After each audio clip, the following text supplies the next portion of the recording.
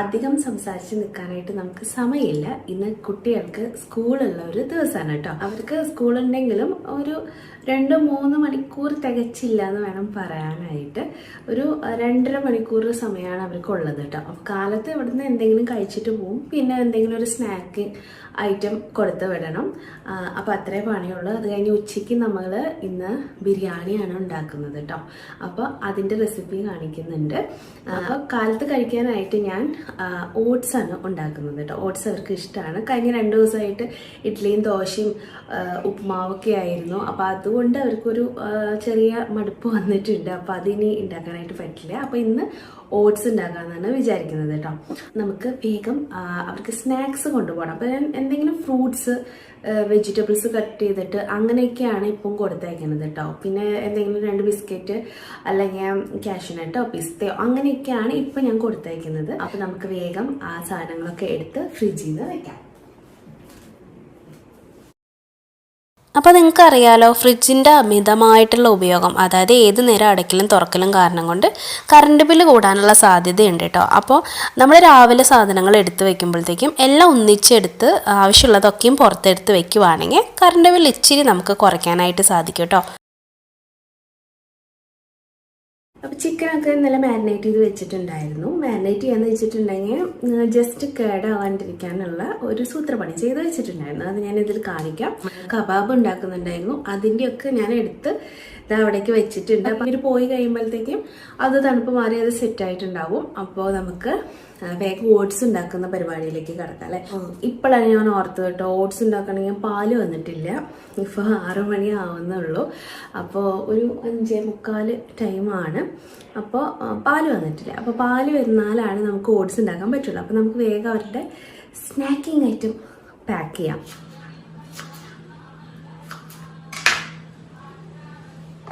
എല്ലാ കുട്ടികളും ഒരുപോലെ ഭക്ഷണം കഴിക്കുന്ന കുട്ടികളായിരിക്കില്ല. ചില കുട്ടികൾക്ക് ഇച്ചിരി മടിയുള്ള കൂട്ടത്തിലായിരിക്കും. അപ്പോൾ എൻ്റെ മക്കളും ഇച്ചിരി മടിയുള്ള കൂട്ടത്തിലാണ് കേട്ടോ. അപ്പോൾ ഞാൻ എന്താ ചെയ്യുകയെന്ന് വെച്ചാൽ അവർക്ക് ഇഷ്ടപ്പെടാത്ത ഫ്രൂട്ട്സ് ആണെങ്കിലും അല്ലെങ്കിൽ റോ ആയിട്ട് കഴിക്കാൻ പറ്റുന്ന വെജിറ്റബിൾസ് ആണെങ്കിലും ഞാൻ ഒരു ചെറിയ പോർഷൻ അവർക്ക് സ്കൂളിലേക്ക് കൊടുത്തയക്കും. അപ്പോൾ അവരവിടെ സ്കൂളിലെ ടീച്ചേഴ്സും ആയമാരൊക്കെ നോക്കാനുള്ള കാരണം കൊണ്ട് അതങ്ങ് കഴിച്ചിട്ടായിരിക്കും വീട്ടിലേക്ക് തിരിച്ചു വരിക. വേറെ നിവൃത്തിയില്ല. അപ്പോൾ നമ്മൾ അങ്ങനെ എന്ന് കരുതി നമ്മൾ മുഴുവൻ അത് കൊടുത്തയച്ചിട്ട് അവരെ വെറുപ്പിക്കരുത് കേട്ടോ. അപ്പോൾ അവർ തീരെ കഴിക്കാനുണ്ടാവും. ചെറിയൊരു പോർഷൻ മാത്രം അവർക്ക് ഇഷ്ടപ്പെടാത്ത ഇങ്ങനെയുള്ള സാധനങ്ങൾ നമ്മൾ കൊടുത്തയക്കണം. അപ്പോൾ ഗ്രാജുവലി അവർ അത് കഴിച്ച് പഠിക്കുകയും ചെയ്യും. അവർക്കത് പിന്നീട് അത് ഇഷ്ടപ്പെടുകയും ചെയ്യും കേട്ടോ. അപ്പോൾ നമുക്കിത് കൊണ്ടുവച്ചിട്ട് വരാം.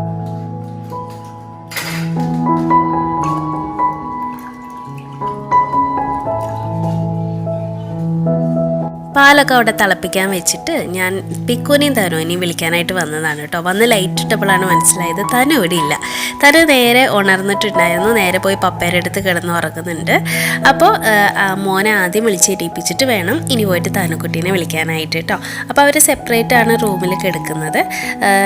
ഒരു വർഷമൊക്കെ ആയിട്ട് അവരെ സെപ്പറേറ്റ് ചെയ്തിട്ടാണ് നമ്മൾ കിടത്തുന്നത് കേട്ടോ. എന്നാലും ഉറക്കത്തിനിടയ്ക്ക് എണീറ്റ് വരികയൊക്കെ ചെയ്യും. പക്ഷേ എന്നാലും കിടക്കണ നേരത്തെ അവരെ വേറെ റൂമിലാണ് കിടത്തുന്നത് കേട്ടോ. പൊന്നോ എനിക്കിടാ ചക്കര, എനിക്ക് സ്കൂളിൽ പോണ്ടേ? എനിക്ക് ചെറിയൊരു ഉറക്കച്ചടവും കാര്യങ്ങളൊക്കെ ഒരു 5 മിനിറ്റ് നേരത്തേക്കൊക്കെ ഉണ്ടാവാറുണ്ട്. അത് കഴിഞ്ഞ് അവർ ഉഷാറായിക്കോളൂ കേട്ടോ. അപ്പോൾ നേരെ പോയി പല്ല് തേക്കും. അത് കഴിഞ്ഞ് നേരെ നമ്മൾ കുളിക്കാനായിട്ട് പോവും.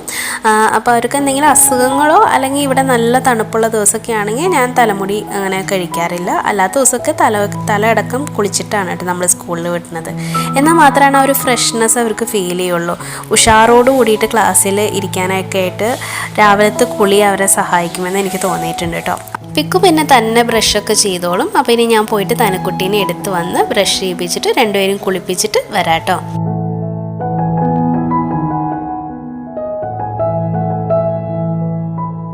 ഞാൻ പറഞ്ഞല്ലോ നമുക്കിന്ന് ഓട്സ് ആണ് കേട്ടോ ബ്രേക്ക്ഫാസ്റ്റിന്. അപ്പോൾ പാലിലാണ് അധികം ഉണ്ടാക്കുക, പിന്നെ കുറച്ച് വെള്ളം ഞാൻ ഒഴിച്ചു കൊടുക്കാറുണ്ട്. അതുപോലെ തന്നെ കുറച്ച് ഷുഗർ ആഡ് ചെയ്യാറുണ്ട്, അതോടൊപ്പം ഉപ്പും കൂടിയും ചേർക്കാറുണ്ട്, ഒരു നുള്ളു ഉപ്പ് കേട്ടോ. ഒരു 5 മിനിറ്റിനുള്ളിൽ അപ്പോൾ ഓട്സ് നല്ലോണം കുക്ക് ചെയ്ത് എടുക്കാനും പറ്റും കേട്ടോ. അപ്പോൾ അതൊക്കെ കഴിഞ്ഞ് ഞാൻ തനുമോളെ ഡ്രസ്സ് ചെയ്യിക്കാനായിട്ട് പോവാണ്. പിക്കു തന്നെ മാറിക്കോളൂ കേട്ടോ. അവൾക്കപ്പോൾ നിങ്ങൾക്ക് ആലോചിച്ച് നോക്കിയാൽ അറിയാലോ, പെൺകുട്ടികളെ ഒരുക്കുക എന്ന് പറയുന്നതിൽ കൂടുതലൊരു സന്തോഷം വേറെ ഉണ്ടോ എന്ന് ചോദിച്ചാൽ എനിക്കറിയില്ല കേട്ടോ. എനിക്ക് ഭയങ്കര ഇഷ്ടമാണ് ഒരുക്കിയിട്ടൊക്കെ പുറത്തേക്ക് വിടുന്നതും കൊണ്ടുപോകുന്നതൊക്കെ. അപ്പോൾ എന്നും നല്ലോണം അവളെ ഒരുക്കിയിട്ടാണ് കേട്ടോ ഞാൻ സ്കൂളിലേക്ക് വിടുന്നത്.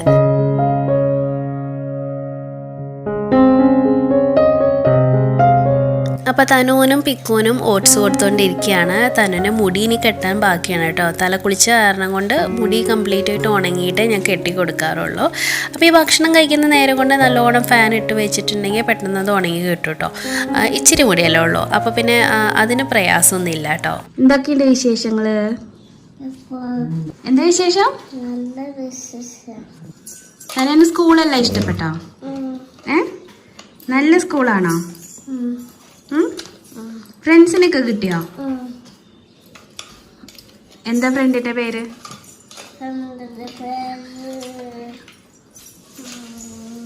അറിയില്ലേ? സമയം ഇപ്പോൾ 7:30 ആവാറായിട്ടുണ്ട് കേട്ടോ. അപ്പോൾ ഏകദേശം അവരുടെ ബസ്സൊക്കെ വരാറായിട്ടുണ്ട്. അപ്പോൾ തനുക്കുട്ടിയുടെ മുടിയൊക്കെ ഇനി കെട്ടി കൊടുക്കണം. അപ്പോൾ നല്ലോണം ഉണങ്ങി കിട്ടിയിട്ടുണ്ട് കേട്ടോ. അപ്പോൾ ഞാൻ അവളുടെ മുടി കെട്ടി കൊടുക്കുവാണ്. ഒരു ഭാഗത്തോട്ടണോ 2 ഭാഗത്തോട്ടണോ?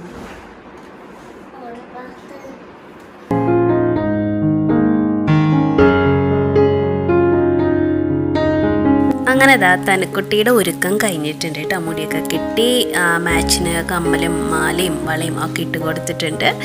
അപ്പോൾ നല്ല സുന്ദരി മോളായിട്ട് ഒരുക്കിയിട്ടുണ്ട് കേട്ടോ. ഇനി ഞങ്ങൾ സ്കൂളിലേക്ക് പോവാനേ.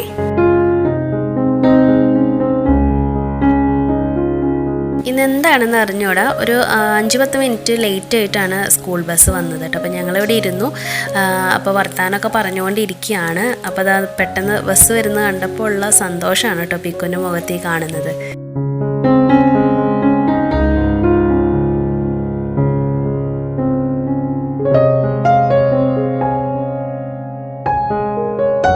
അങ്ങനെ ബായൊക്കെ പറഞ്ഞ് പിക്കോൻ തന്നെ പോവാണ് കേട്ടോ. അപ്പോൾ ഇത് കഴിഞ്ഞ് ഞാൻ നേരെ പോയിട്ട് നമ്മുടെ ചെടികളൊക്കെ നനയ്ക്കുകയാണ് ചെയ്യുക. അതിന് ശേഷമാണ് അകത്തേക്ക് വരുന്നത് കേട്ടോ. അപ്പോൾ ഇന്ന് ഓട്സ് ആണെന്ന് പറഞ്ഞല്ലോ, അപ്പോൾ ആ ഓട്സ് വേഗം കഴിക്കാമെന്ന് വിചാരിച്ചിട്ട് അതൊക്കെ ഒന്ന് റെഡിയാക്കുവാണ്.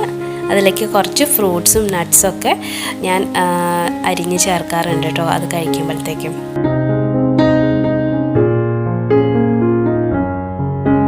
പ്ലെയിനായിട്ട് ഓട്സ് കഴിക്കണേ കഴിഞ്ഞും കുറച്ചും കൂടി രുചി കൂടുതലാണ് കേട്ടോ. ഇതുപോലെ റോബസ്റ്റ പഴവും ആപ്പിളും നട്ട്സും ഒക്കെ അരിഞ്ഞ് ചേർത്തിട്ട് നമ്മുടെ ഈ ഓട്സ് കഴിക്കാനായിട്ട്. അപ്പോൾ ഞാൻ ഇനി കഴിക്കാനായിട്ട് പോവാണ് കേട്ടോ.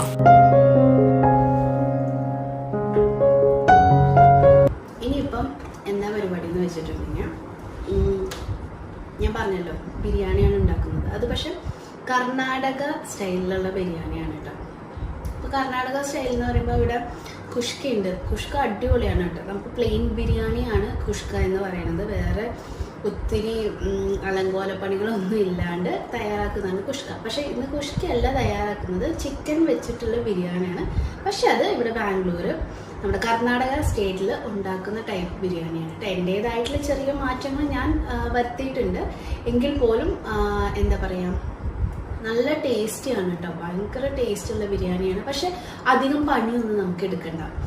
വളരെ പണി കുറവുള്ള ബിരിയാണിയാണ്. കുറേ ഇങ്ങനെ അലങ്കരിക്കാനും കുറേ ജോലി ചെയ്യാനും ഒന്നുമില്ല. പെട്ടെന്ന് തയ്യാറാക്കാൻ പറ്റിയിട്ടുള്ള ബിരിയാണിയാണ് കേട്ടോ. അപ്പോൾ ഇന്നത്തെ കർണാടക സ്പെഷ്യൽ ബിരിയാണി എന്ന് പറയുന്നത് ചിക്കൻ വെച്ചിട്ടാണ് ഞാൻ തയ്യാറാക്കുന്നത്.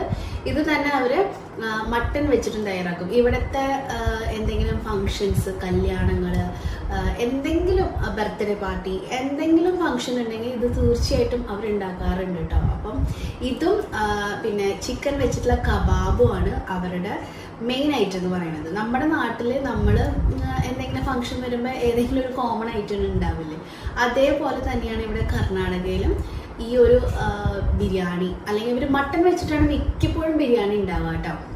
ഈ ഒരു ടൈപ്പ് ബിരിയാണി. അപ്പോൾ മുസ്ലിം സ്റ്റൈലാണെന്നാണ് എനിക്ക് അറിയാൻ കഴിഞ്ഞിട്ടുള്ളത്. അപ്പോൾ ആ ഒരു ടൈപ്പിലാണ് ഇവിടെ ഇവർ ബിരിയാണി വെക്കുന്നത്. അത് മട്ടൺ വെച്ചിട്ടും ചിക്കൻ വെച്ചിട്ടും ഒക്കെ ചെയ്യും. ബീഫ് ഇവിടെ അങ്ങനെ ഉപയോഗിക്കത്തില്ല. മട്ടനാണ് മെയിൻ എന്ന് പറയുന്നത്. പക്ഷെ ഞാൻ ഇന്ന് ചിക്കൻ വെച്ചിട്ടാണ്, 1 കിലോ ചിക്കനിലാണ് നമ്മളിന്ന് ബിരിയാണി ഉണ്ടാക്കുന്നത് കേട്ടോ. അപ്പം ഇന്നലെ അതൊക്കെ മാരിനേറ്റ് ചെയ്ത് വെച്ചിട്ടുണ്ടായിരുന്നു ഫ്രിഡ്ജിനകത്ത്. പിന്നെ സവോള അങ്ങനത്തെ കാര്യങ്ങളൊക്കെ ഞാൻ എന്താ പറയുക തൊലിയൊക്കെ കളഞ്ഞ് വെച്ചിട്ടുണ്ടായിരുന്നു. അപ്പം അധികം പണി നമുക്കിനി എടുക്കാനില്ല. കുറച്ച് തക്കാളി, ഒരു 2-3 തക്കാളി അത്ര മാക്സിമം വേണ്ടോ, അത് മാത്രമേ ചെയ്യാനുള്ളൂ കേട്ടോ. അപ്പം നമുക്ക് വേഗം ബിരിയാണി ഉണ്ടാക്കാം. പിള്ളേരൊക്കെ പോയി 8 മണി കഴിഞ്ഞിട്ടുള്ളൂ സത്യം പറയുകയാണെങ്കിൽ. സമയമുണ്ട് ചെയ്യാനായിട്ട്. കുറച്ച് നേരം എഡിറ്റ് ചെയ്യാനിരിക്കണം. പിന്നെ കുറച്ച് ജോലിയുടെ കാര്യങ്ങളൊക്കെ വേറെ ചെയ്യാനുണ്ട്. അപ്പം അതൊക്കെ കഴിഞ്ഞിട്ട് പതുക്കെ ബിരിയാണി ഉണ്ടാക്കാമെന്നാണ് വിചാരിക്കുന്നത് കേട്ടോ. അതിനു മുന്നേ നമുക്ക് അരി കുറച്ച് നേരം, ഒരു 15 മിനിറ്റോളം ഞാൻ അരി കുതിർക്കാൻ വെക്കാറുണ്ട്. അത് ചെയ്തില്ലെങ്കിലും കുഴപ്പമൊന്നുമില്ല. പിന്നെ ഇത് തന്നെ നമുക്ക് കുക്കറിൽ വെക്കാം, സാധാരണ പാത്രത്തിൽ വെക്കാം, എങ്ങനെയാണെങ്കിൽ ചെയ്യാം കേട്ടോ. ഞാനിന്ന് കുക്കറിൽ വെക്കുന്നില്ല, സാധാരണ പാത്രത്തിൽ വെക്കാമെന്നാണ് വിചാരിക്കുന്നത്. എന്നുവെച്ചാൽ കുറച്ച് മസാലയൊക്കെ പോലെയൊക്കെ ഉണ്ടാക്കിയിട്ട് പിന്നെ നമ്മൾ അരിയൊക്കെ ഇട്ട് അങ്ങനെ ഒരുമിച്ചാണ്. ചിക്കനും റൈസും ഒക്കെ ഒന്നിച്ചാണ് കേട്ടോ ഇതിനകത്ത് വരുന്നത്. അപ്പോൾ ഒത്തിരി എരിവ് എന്ന് പറയാനില്ല. വേണമെങ്കിൽ നമുക്ക് എരിവ് ചേർക്കാം, നമ്മുടെ ഇഷ്ടപ്രകാരമൊക്കെ ചെയ്യാം. പക്ഷെ ഞാൻ ഒത്തിരി ചേർക്കുന്നില്ല. കാരണം കുട്ടികൾ ചെറുതായതുകൊണ്ട് നമുക്ക് ഒത്തിരി എരിവ് അങ്ങോട്ടേക്ക് ആഡ് ചെയ്യാനായിട്ട് പറ്റില്ല. എന്നാൽ അത്യാവശ്യം എരിവ് കാണും. ഒരു മീഡിയം ലെവലിലുള്ള ഒരു സ്പൈസി ആയിട്ടുള്ള ബിരിയാണിയാണ് കേട്ടോ. നിങ്ങൾക്ക് വേണമെങ്കിൽ പച്ചമുളകൊക്കെ അധികം ചേർത്തിട്ട് കുറച്ചും കൂടി സ്പൈസി ആയിട്ടൊക്കെ ഉണ്ടാക്കണമെങ്കിൽ ഉണ്ടാക്കാം. പക്ഷെ ഞാൻ എന്താ പറയുക കുറച്ചൊരു മീഡിയം ലെവലിലുള്ള ഒരു എരിവിലൊക്കെയാണ് ഉണ്ടാക്കാനായിട്ട് ഉദ്ദേശിക്കുന്നത് കേട്ടോ.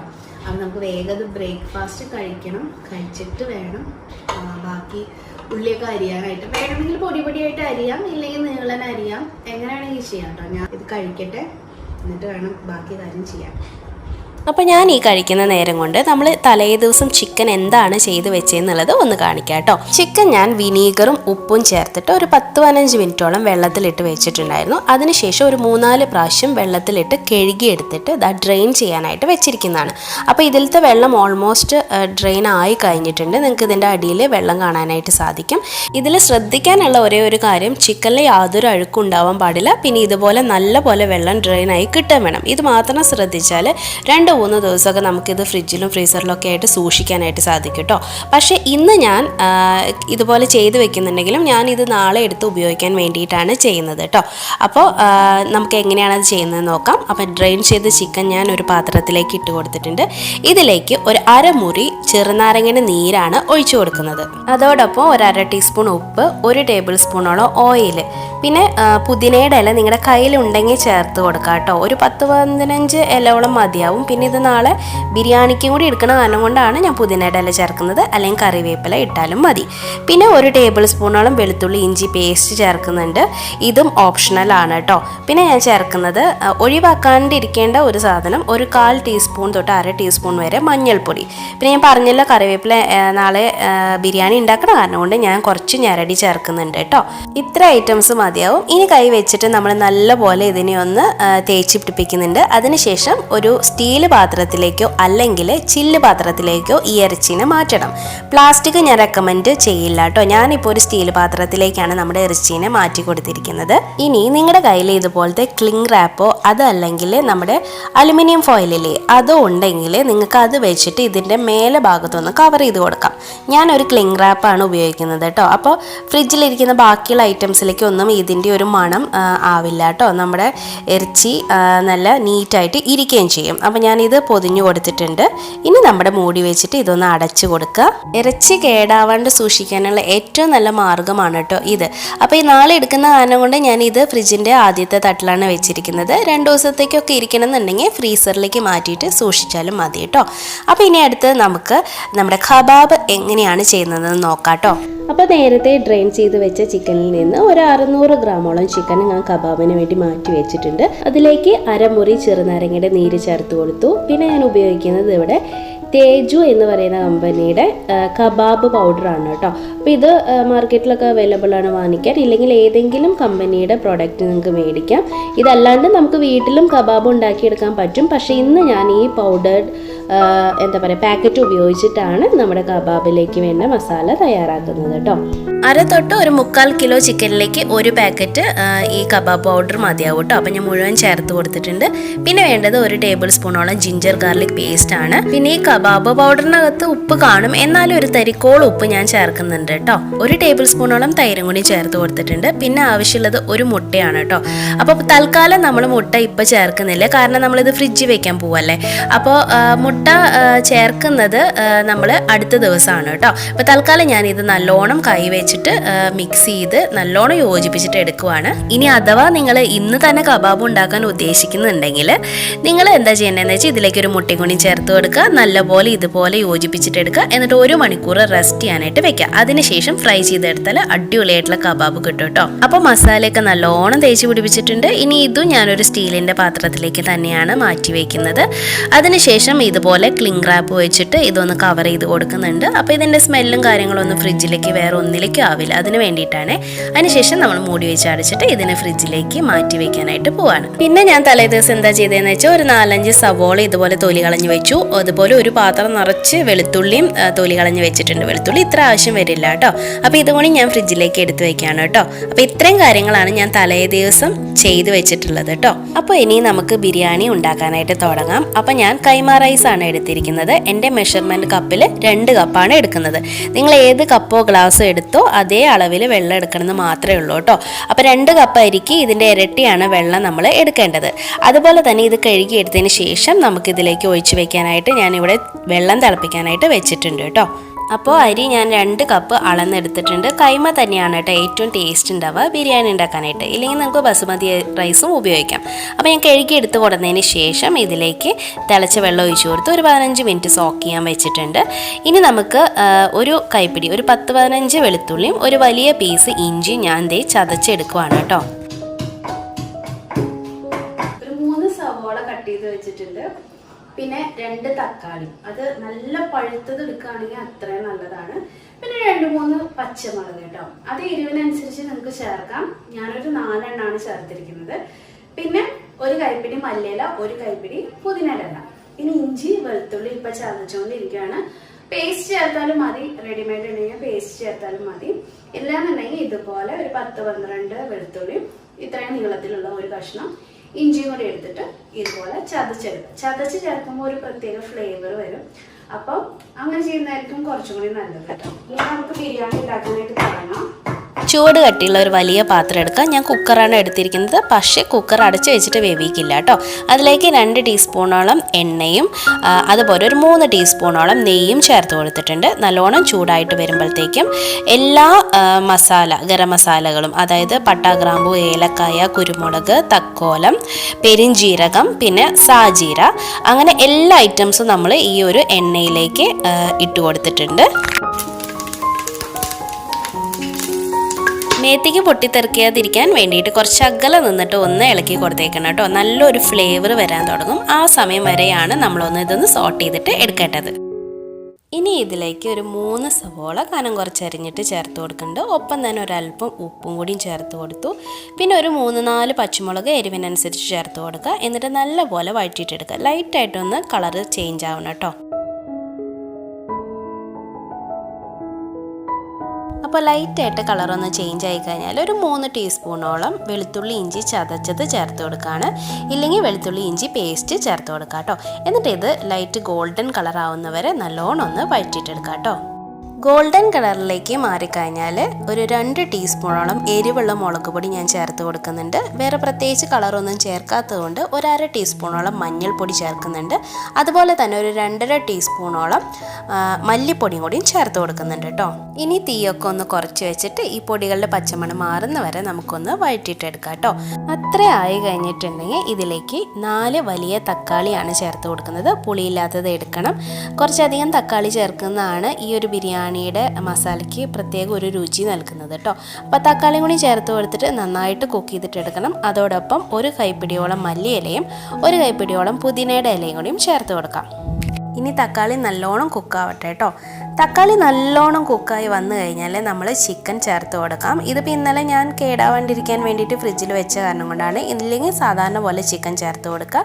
അതിലേക്ക് 2 ടേബിൾ സ്പൂണോളം തൈരും കൂടിയും ആഡ് ചെയ്തേക്കണം കേട്ടോ. ചിക്കൻ നല്ലപോലെ സോഫ്റ്റായി കിട്ടാനാണ് നമ്മൾ ഈ തൈര് ചേർക്കുന്നത് കേട്ടോ. നല്ലോണം ഒന്ന് യോജിപ്പിച്ചതിന് ശേഷം ഇതിലേക്ക് 1/2 ടീസ്പൂണോളം ഗരം മസാല പൗഡറും ചിക്കനിലേക്ക് ആവശ്യത്തിന് വേണ്ട ഉപ്പും കൂടിയും ചേർത്ത് കൊടുക്കാം. എന്നിട്ട് നല്ലോണം ഇളക്കി യോജിപ്പിക്കാം. ഇനി ഒരു തരിക്കോളം വെള്ളം ചേർത്തിട്ട് ഞാൻ 2 വിസിലിൽ ചിക്കൻ വേവിക്കാനായിട്ട് പോവാണ് കേട്ടോ. അല്ലെങ്കിൽ ഒത്തിരി നേരം ചിക്കൻ വേവാനായിട്ട് എടുക്കും. അതുകൊണ്ടാണ് കുക്കറിലിട്ട് 2 അടി അടിക്കുന്നത് കേട്ടോ. അപ്പോൾ ഇനി എന്താ പരിപാടി എന്ന് വെച്ചിട്ടുണ്ടെങ്കിൽ സാലഡിനുള്ള കാര്യങ്ങൾ അരിഞ്ഞു വെച്ചിട്ടുണ്ടായിരുന്നു ഞാൻ. സവോള, പച്ചമുളക്, പിന്നെ നമ്മുടെ കുക്കുംബർ, തക്കാളി ഇത്ര ഇട്ടിട്ടാണ്, മോരൊഴിച്ചിട്ടാണ് നമ്മൾ തൈര് ഒഴിച്ചിട്ടാണ് നമ്മൾ സാലഡ് ഉണ്ടാക്കുന്നത്. പിന്നെ അതിൻ്റെ കൂട്ടത്തിൽ ഞാൻ കുക്കർ അടിക്കാൻ കേട്ടോ 2 വിസിലാണ് നമ്മൾ വേവിക്കാൻ ഉദ്ദേശിക്കുന്നത് കേട്ടോ. ചിക്കൻ 2 വിസിൽ മതി. അപ്പോൾ ഞാൻ ഇതൊന്ന് നിർത്തി കൊടുക്കട്ടെ. ഓക്കെ, ചിക്കൻ 2 വിസിലിൽ അടിച്ച് വെച്ചിട്ടുണ്ട്. അപ്പോൾ എന്താ ഞാൻ പറഞ്ഞു തന്നെ, തൈര് ഞാൻ അതിലേക്ക് ഒഴിക്കാൻ പോവാണ് കേട്ടോ സാലഡ് ഉണ്ടാക്കാൻ. പിന്നെ ഞാൻ വിചാരിക്കുന്നത്, നിങ്ങൾക്ക് അറിയുമോയെന്ന് എനിക്ക് അറിഞ്ഞൂടാ, ഞാൻ മുന്നത്തെ നമ്മുടെ വ്ളോഗ്സിലോ ബിരിയാണിയുടെ റെസിപ്പിയിലൊക്കെ കാണിച്ചിട്ടുണ്ട്. അതായത് ഒരു സവോള അരിഞ്ഞെടുക്കുക, അതിലേക്ക് കുറച്ച് വിനീഗറും ഉപ്പും പിന്നെ പച്ചമുളകും ഇട്ടിട്ട് ഒന്ന് മിക്സ് ചെയ്തിട്ട് വെക്കുവാണെങ്കിൽ ആ ബിരിയാണി കഴിക്കുന്ന നേരത്തേക്ക് നല്ല സോഫ്റ്റായിട്ട് നമ്മുടെ സവോള മാറും. നല്ല റെഡിഷ് കളറാവും കേട്ടോ. നല്ല ഭംഗിയുമാണ്, കഴിക്കാനും നല്ല ടേസ്റ്റാണ്. അപ്പോൾ അതും കൂടി ഉണ്ടാക്കാമെന്നാണ് ഞാൻ വിചാരിക്കുന്നത് കേട്ടോ. അപ്പം അതിന് വേണ്ടിയിട്ട് സവോള അരിഞ്ഞെടുക്കാനായിട്ട് പോവാണ് ഞാൻ. പിന്നെ നമ്മുടെ സാലഡ് ഉണ്ടാക്കാനായിട്ട് ആ തൈരും കൂടി ഒഴിച്ച് വയ്ക്കണം.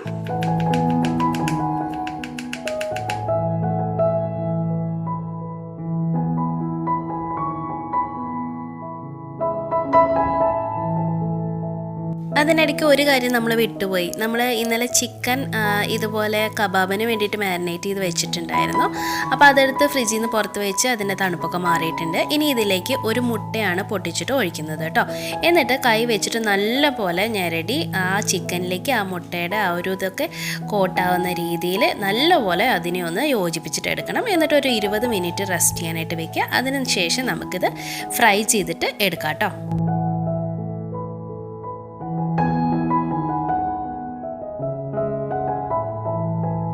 പിന്നെ മുട്ടയും കൂടിയും പുഴുങ്ങാനായിട്ട് വെച്ചിട്ടുണ്ട്. ഇനി നമുക്ക് ആ ഒരു എന്താ പറയുക, ഞാൻ നേരത്തെ പറഞ്ഞില്ലേ നമുക്കൊരു സാലഡ് പോലെ ഉണ്ടാക്കണമെന്ന്. അതിലേക്ക് വേണ്ടിയിട്ടുള്ള സവോള അരിഞ്ഞെടുക്കുവാണ്. നല്ലോണം കനം കുറച്ചിട്ട് അരിഞ്ഞിട്ട് എടുക്കണം കേട്ടോ. സവോളയുടെ ഒപ്പം തന്നെ നമുക്ക് 1-2 പച്ചമുളക് ചേർക്കാം. 1 ടീസ്പൂണോളം വിനീഗർ ചേർത്ത് കൊടുക്കാം പുളിപ്പിന് വേണ്ടിയിട്ട്. പിന്നെ ആവശ്യത്തിന് ഉപ്പ് കൂടിയും ചേർക്കുക. എന്നിട്ട് നല്ല പോലെ ഇതിനെ ഒന്ന് മിക്സ് ചെയ്തിട്ട് യോജിപ്പിച്ചിട്ട് വയ്ക്കുക. ഒരു 10-15 മിനിറ്റ് കഴിയുമ്പോഴത്തേക്കും ഇത് നല്ല സോഫ്റ്റായി ഒരു റെഡിഷ് കളറിലേക്ക് ഇതിൻ്റെ കളറ് ചേഞ്ച് ആവും കേട്ടോ. അപ്പോൾ ചിക്കൻ 2 വിസിലൊക്കെ അടിച്ച് നമ്മളൊന്ന് കുക്ക് ചെയ്തിട്ട് എടുത്തിട്ടുണ്ട്. ഇനി ഇതിലേക്ക് നമുക്ക് വെള്ളം ചേർത്ത് കൊടുക്കാം കേട്ടോ. അപ്പോൾ 2 കപ്പ് അരിക്ക് 4 കപ്പ് വെള്ളമാണ് ചേർത്ത് കൊടുക്കുന്നത്. ഏത് കപ്പിലാണോ നമ്മൾ അരി എടുക്കുന്നത് അതേ കപ്പിൻ്റെ അളവിൽ ഇരട്ടി വെള്ളമാണ് ചേർത്ത് കൊടുക്കേണ്ടത്. അപ്പോൾ ഞാനിവിടെ 4 കപ്പ് വെള്ളം ചേർത്തിട്ടുണ്ട് 2 കപ്പ് അരിക്ക്. അതിനുശേഷം ആവശ്യത്തിന് ഉപ്പും കൂടി ചേർത്ത് കൊടുത്തിട്ട് നല്ലോണം ഒന്ന് ഇളക്കി യോജിപ്പിക്കുക. അതിനുശേഷം ഇത് നല്ലോണം ഒന്ന് തിളയ്ക്കാനായിട്ട് അനുവദിക്കുക കേട്ടോ.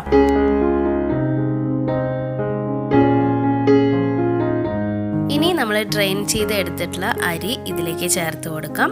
അതോടൊപ്പം ഒരു 2 ടീസ്പൂണോളം മല്ലിയിലയും കൂടി ഇട്ട് കൊടുത്ത് നല്ലോണം ഒന്ന് ഇളക്കി യോജിപ്പിക്കുക കേട്ടോ. എന്നിട്ട് ഈ അരിയും കൂടി ചേർത്തിട്ട് ഇത് നല്ലോണം ഒന്ന് തിളച്ചിട്ട് വരണം. തിളയ്ക്കാൻ തുടങ്ങിക്കഴിഞ്ഞാൽ ഒരു മൂടി വെച്ച് അടച്ചു കൊടുക്കാം. എന്നിട്ട് ഒരു 15 മിനിറ്റ് മീഡിയം ഫ്ലെയിമിൽ വെച്ചിട്ട് ഇതിനൊന്ന് കുക്ക് ചെയ്തിട്ട് എടുക്കാം കേട്ടോ. 15 മിനിറ്റ് കഴിഞ്ഞിട്ട് തുറന്ന് നോക്കിയപ്പോഴത്തേക്കും നമ്മുടെ ഒരു 1/4 ഭാഗവും വെള്ളം വറ്റി കഴിഞ്ഞിട്ടുണ്ട്. അപ്പോൾ എൻ്റെ കുക്കറിൽ ഇത് കറക്റ്റായിട്ട് കംപ്ലീറ്റ് ആയിട്ട് അടഞ്ഞിരിക്കുന്നില്ല കേട്ടോ. അപ്പോൾ ഞാൻ അതിനെ വേറൊരു പാത്രത്തിലേക്ക് മാറ്റിയിട്ടുണ്ട്. എന്നിട്ട് അതിലേക്ക് ഒരു അരമുറി ചെറുനാരങ്ങയും കൂടി പിഴിഞ്ഞൊഴിച്ചിട്ടുണ്ട്. എന്നിട്ട് എല്ലാം കൂടെ നല്ലോണം ഇളക്കി യോജിപ്പിച്ചു. അപ്പോൾ ഈ പാത്രത്തിലേക്ക് മാറ്റിയപ്പോൾ എന്താ ഗുണമെന്ന് വെച്ചാൽ ഇതിൻ്റെ മൂടി നല്ല പോലെ എയർ ടൈറ്റ് ആയിട്ടുള്ള ഒരു പാത്രമാണ് കേട്ടോ. അപ്പോൾ അതുകൊണ്ടാണ് ഞാൻ ഇങ്ങനത്തെ പാത്രത്തിലേക്ക് മാറ്റിയത്. അപ്പോൾ അപ്പോൾ ഇപ്പോൾ അത് പെർഫെക്റ്റായിട്ട് ഇരിക്കുന്നുണ്ട് കേട്ടോ. അല്ലെങ്കിൽ നമ്മൾ എന്തെങ്കിലും കട്ടിയുള്ളതൊക്കെ ഈ ഒരു മൂടിയുടെ മേത്തേക്ക് കയറ്റി വെക്കണം. അപ്പോൾ കുക്കറിൽ അത് പറ്റാത്തതുകൊണ്ടാണ് ഞാൻ ഈ പാത്രത്തിലേക്ക് മാറ്റിയത്. ഒരു 15 മിനിറ്റ് സിമ്മിലിട്ടിട്ട് കുക്ക് ചെയ്തതിന് ശേഷമുള്ള ബിരിയാണിയാണ് നിങ്ങൾ ഈ കാണുന്നത് കേട്ടോ. നല്ല പെർഫെക്റ്റായിട്ട് വെന്ത് വന്നിട്ടുണ്ട്. ചിക്കനൊക്കെ നല്ല സൂപ്പറായിട്ട് വെന്തിട്ടുണ്ട്. റൈസൊക്കെ കറക്റ്റ് വേവാണ്. അപ്പോൾ ഈ ഒരു രീതിയിൽ കുക്ക് ചെയ്തിട്ട് എടുക്കുവാണെങ്കിൽ നമുക്ക് നല്ല പെർഫെക്റ്റായിട്ട് ബിരിയാണി കിട്ടും. ഒന്നും ഒട്ടിപ്പിടിക്കാണ്ട് നല്ല സൂപ്പറായിട്ട് വെന്ത് വന്നിട്ടൊക്കെ ഉണ്ട് കേട്ടോ. ഇനി ഒന്നും കൂടി ചൂടൊക്കെ മാറി കഴിയുമ്പോൾ ഒന്നുകൂടെ ഉലർന്ന് വരും കേട്ടോ ഈ റൈസൊക്കെ. പിന്നെ ഈ ബിരിയാണിക്ക് കൂടുതൽ ഡെക്കറേഷൻ്റെ ഒന്നും ആവശ്യമില്ല. ഒരല്പം മല്ലിയിലയും കൂടി ഞാൻ വിതറി കൊടുത്തിട്ടുണ്ട്. അപ്പോൾ നമ്മുടെ ബിരിയാണി റെഡി ആയിട്ടുണ്ട് കേട്ടോ.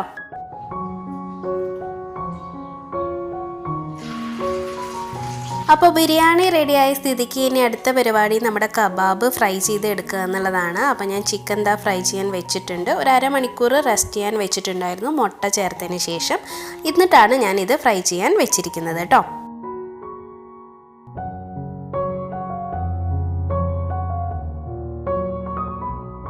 അപ്പോൾ കർണാടക സ്റ്റൈലിലുള്ള ഞങ്ങൾ ബാംഗ്ലൂർക്കാരുടെ സ്വന്തം ചിക്കൻ ബിരിയാണി ഇതാ തയ്യാറായി കഴിഞ്ഞു. അതോടൊപ്പം നമ്മുടെ കബാബും പിന്നെ ഒരു അലങ്കാരത്തിന് വേണ്ടിയിട്ട് നമ്മൾ മുട്ട പുഴുങ്ങിയിട്ടുണ്ടായിരുന്നു. സവോള എന്താ പറയുക ഒരു സാലഡ് ഉണ്ടാക്കിയിട്ടുണ്ടായിരുന്നു. പിന്നെ നമ്മുടെ തൈര് വെച്ചിട്ട് ഒരു സർലാസ് ഉണ്ടാക്കിയിട്ടുണ്ടായിരുന്നു. അത് ഞാൻ ഇതിൽ എടുത്തു വയ്ക്കാൻ മറന്നുപോയതാണ് കേട്ടോ. അപ്പോൾ നമ്മുടെ ബിരിയാണി നോക്കി എത്ര പെർഫെക്റ്റായിട്ട് ഇപ്പോൾ ഇരിക്കുന്നത്. കുറച്ച് ചൂടൊക്കെ കുറഞ്ഞപ്പോഴത്തേക്കും റൈസൊക്കെ ഒന്നുകൂടെ വിട്ട് വന്നിട്ടുണ്ട് കേട്ടോ.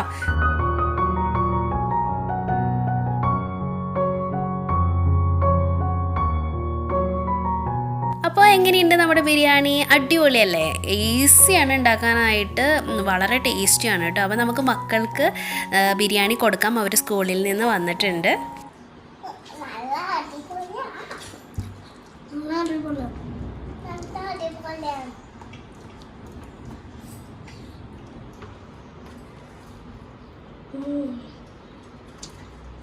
എങ്ങനെയുണ്ട് ചിക്കനൊക്കെ? ഉപ്പിടുക ഞാൻ എങ്ങനെയുണ്ട് കഴിച്ചിട്ട്? കഴിച്ചോക്ക്, ചിക്കൻ കഴിച്ചോക്ക്.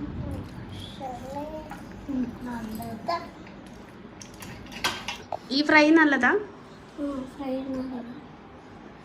അപ്പോൾ നമ്മുടെ ബിരിയാണീനെ പറ്റിയിട്ടുള്ള അഭിപ്രായമൊക്കെ നിങ്ങൾ കേട്ടല്ലോ. അപ്പോൾ നിങ്ങളും ഉണ്ടാക്കി നോക്കുക. എന്നിട്ട് അഭിപ്രായങ്ങൾ നിങ്ങൾ കമൻറ്റായിട്ട് എന്നെ അറിയിക്കുക.